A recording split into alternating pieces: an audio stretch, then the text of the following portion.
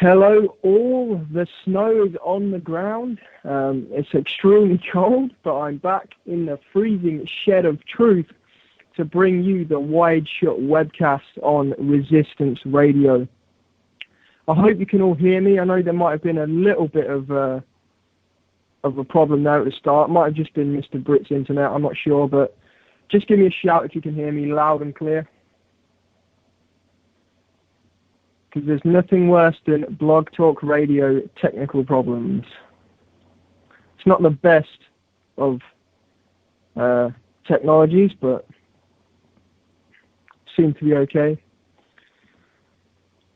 Alright, we're good. Anyway, of course, be sure to check out resistradio.com for more about the show and wideshut.co.uk for all of my articles and videos. Awesome song there I played at the beginning, Tom Petty and the Heartbreakers, one of my favourite mainstream bands. Couldn't really think of a new Truth song to play tonight, so I went a bit old school there. Man, I'm not kidding, it really is cold in here.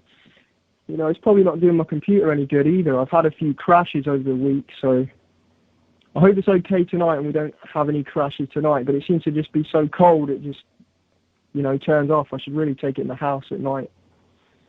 Funny story though, I actually bought a boot. I ordered this electronic boot that heats up, you know, like old grannies wear.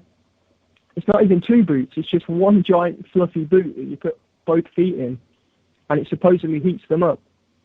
So hopefully that'll make things more bearable here in the freezing shed of truth. That's why I haven't finished the New World Order article that I was talking about last week. I can't seem to work on my laptop in the house, too much distractions. I prefer to be in here in the office, but it's been a bit too cold lately, so I can't really stay in here for long. But hopefully it'll all get itself sorted out, you know. Bring on the New World Order. You may have the economy by the balls, but I have a shed and hopefully, when it arrives, some heated boots. So beat that.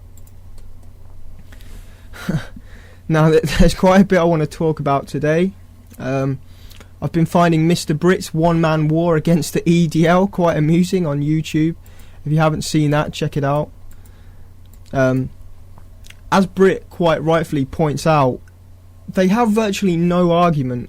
I have argued with some of these people before, and they don't have any basis for what they say. It's all just assumptions, personal attacks. You know, I think one of them said, oh, you know, you're obviously a middle-class lefty enjoying the freedoms our troops have given you. What kind of statement is that? What is that even based on? You know, a quick look at Brit's videos, a quick look at my videos, you'll see, you know, we don't believe in the left or right of politics. And the idea that a war in the Middle East is securing our freedoms is absurd. This isn't the German Luftwaffe bombing London. You know, there was no Afghan invasion in Europe. It's a British invasion of the Middle East, and they don't seem to understand that. And it's the phony war on terror that's taking our freedoms. They're over there fighting while our government is over here taking our freedoms, not the Muslims. Try going to an airport recently and see how much freedom we have. Anyway, you know, personally, I have a slightly more lenient view of the EDL. Bit more different than, you know, Brit has. I know we all have our own opinions. Maybe it's because I haven't really dealt with them head on. I've never been sort of attacked by them. I've never met an EDL member in real life. But I tend to look at them more as victims, the same way I do the troops. More as victims, the product of their upbringing, the media brainwashing, you know, their circumstances. And I know in a way that might sound condescending to them, maybe. I wouldn't walk up to an EDL member or a troop and call them a victim and get all uppity like, oh, I'm some all-knowing person. But just on a personal level, I think the majority of young troops are duped and given a false, deluded view of the world by their higher-ups. by the media, and most importantly, their parents. You know, their parents are the worst. You're calling them heroes and all that kind of thing. They come back in coffins dead, and people give all these hero speeches, and they have all these processions, and it's easier for the parents to just cling on to that fake patriotism and to call their sons heroes, and to give support to other parents that have sons out there by getting stuck in this dangerous bubble. But the trouble is, it creates propaganda, and it legitimizes these wars, and the next generation end up going out there who then believe that they're heroes, or they're at least given that false bubble, given an excuse to pretend that that's how they feel and that they're protecting our freedoms. It's almost like they can step into a role and everyone around them is supporting them, so they don't have to face the real world. I do know a few people in the military, and they're more or less just normal guys, but the problem is they're just completely clueless about the world around them. And I don't necessarily blame them for that either, because it's not as though we lived in an open, honest society. 2 or 3 years ago, I could have been at uni now studying business or journalism. That's what I wanted to do. I could have been a corporate stooge. I actually opened a stock account. I could have been on my way to working for a newspaper by now as a propagandist. And I think I was lucky to have stumbled on some of this information. So I don't necessarily think other people should be as aware as I am just because I got to this point. I'm lucky to be awake. But, you know, that's just my personal philosophy. I even look at criminals and murderers on death row. I look at them as victims as well. You know, they've just been programmed by their experiences and ended up in that position. If I met one face to face or someone killed my family, I'm obviously going to react to that. But in a general sense, I tend to look at people as victims of their experiences. We make choices in life, but we can only choose from what we're given. Nobody's born bad or born with a predisposed ignorance of the world. It's a learnt mentality on many different levels. For the weak-minded, it's sometimes just easier to buy into the bullshit because they have no self-respect or self-confidence. But we live in a world that breeds ignorant people. And a good example of what I'm trying to say can be seen with this case earlier in the year where 2 young boys, I think 9-year-olds, I did an article on it, they lured another young boy to a ravine, beat him up. These are 9-year-olds, beat up this other kid about their own age, weed on him, made him perform sexual acts, and they basically left this kid for dead. Now these 2 young boys aren't evil. They quite clearly have been abused themselves. Something got them into that situation psychologically. Yet there was so much hate directed towards them. They were tried as adults. People were talking about how, oh, I knew better at their age. These kids need to be taught a lesson. I don't like that kind of mentality, that because you were fortunate enough to be brought up in a loving environment, just because that you had opportunities doesn't mean that they have that same frame of reference. They're in a totally different state of mind than you were. And when I say you, I'm just talking in general. And again, I don't want to come across as arrogant or patronising, but I see the majority of EDL members as just working class, uneducated people that have fallen for a very misinformed version of patriotism. It's a very easy bubble to fall into, because they can't understand why the world is in the state that it is, and it's easier to direct their anger at quote-unquote Muslim extremists that the government have conveniently put there for them, more or less, if you do the digging. And if anything, at least they're doing something about the extremists.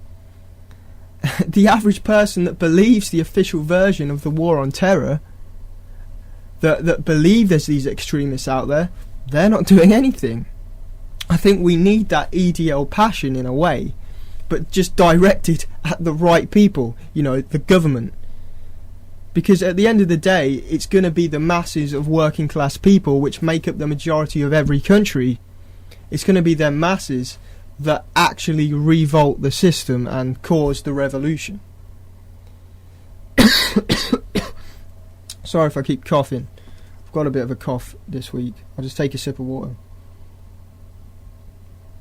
And I know there's probably a few Americans in the chat room and listening. The EDL, basically, I guess you could compare them to that Southern American stereotype. The sort of blind patriot, that right-wing, gun-touting, support our troops, yeehaw, let's kill some towelheads. That sort of mentality.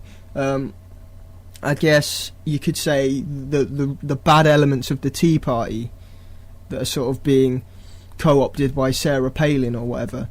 That they're like a ill-informed militia, but they don't have guns because we're not allowed guns over here. Of course, if a criminal comes into our house and we kill them, if they're trying to burgle us and we stop them and kill them or beat them up, we're the ones that go to prison over here. We're not even allowed guns. But that's another topic for a different day. But, the EDL think they're protecting the country and the rights of the people, but they get stuck in this racial tension, and they have a rather tabloid headline view of the world and of foreign policy. And I first researched the EDL for my 7/7 film. There's a good chapter in there I think people should check out. If you go to my YouTube channel, I'm sure you'll find the link on my website or whatever. There's a whole chapter on the EDL and Unite Against Fascism and Islam for UK and how it's essentially contrived. They're not necessarily state infiltrated or controlled. I've not found any evidence for that. But they're playing out a divide and rule game. And groups like Islam for UK and Unite Against Fascism, which is actually the more state-controlled group out of them all, you basically have this situation where the EDL are attacking this contrived Islamic group because the EDL thinks they're on par with Al-Qaeda and are turning the whole country into a Sharia state. And that they've been played by the official story of 9/11 and terrorism, and they go to these rallies. And then you have the UAF, Unite Against Fascism, attack the EDL, claiming the EDL are Nazis and are on the verge of creating fascism in this country.